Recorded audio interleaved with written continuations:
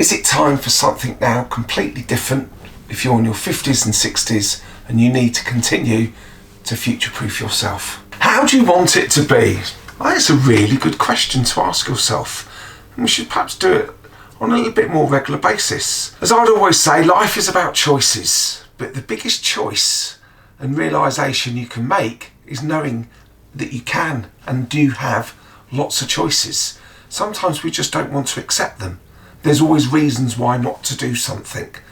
Let's flip it round and think reasons why to do something and reasons why to have more choices. Because perhaps it is now time for something completely different. The generation of us people in our 50s and 60s, we can be very good at being moulded, conditioned in doing things in a certain way because we've always done it like that.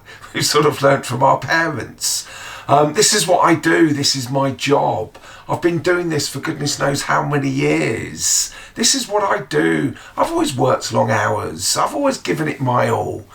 Yeah, that's great. And they're great ethics to have. But my energy levels are starting to flag. And I agree with those sentiments and feelings. But it doesn't always have to be this way. We all need to feel value and have a purpose. How else can we find that rather than just working in the same way that we've always done? But look at the younger generation. They're finding new careers, new adventures, new sort of crazy things to how to earn money. There's some brilliant opportunities out there. And yeah, do I just need to measure my success by the money I earn, by the things I have? Or is there another way? I think you'll agree there is.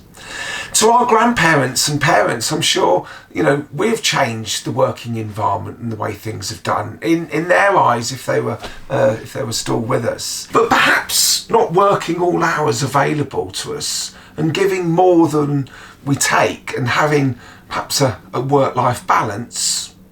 Yeah, these are good things.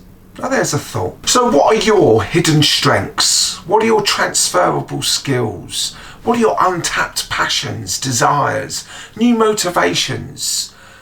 What's your calling in life? Maybe we've got one. What else would you like to do for you? Yeah? What's really important? What gives you that buzz? What gives you that adrenaline flow?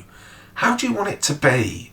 These are really good things that we need to sit down and perhaps have a discussion with other people of a similar situation.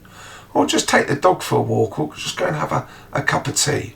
Because life is about choices. And as I said, the biggest choice that you can make is knowing and realising that you can make choices.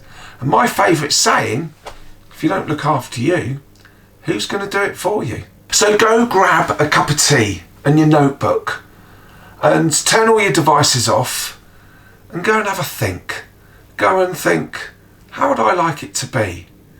And then, with some very proactive thoughts, time for some action. And if you need help on that, give me a shout. Be more than happy to help out. And enjoy the journey.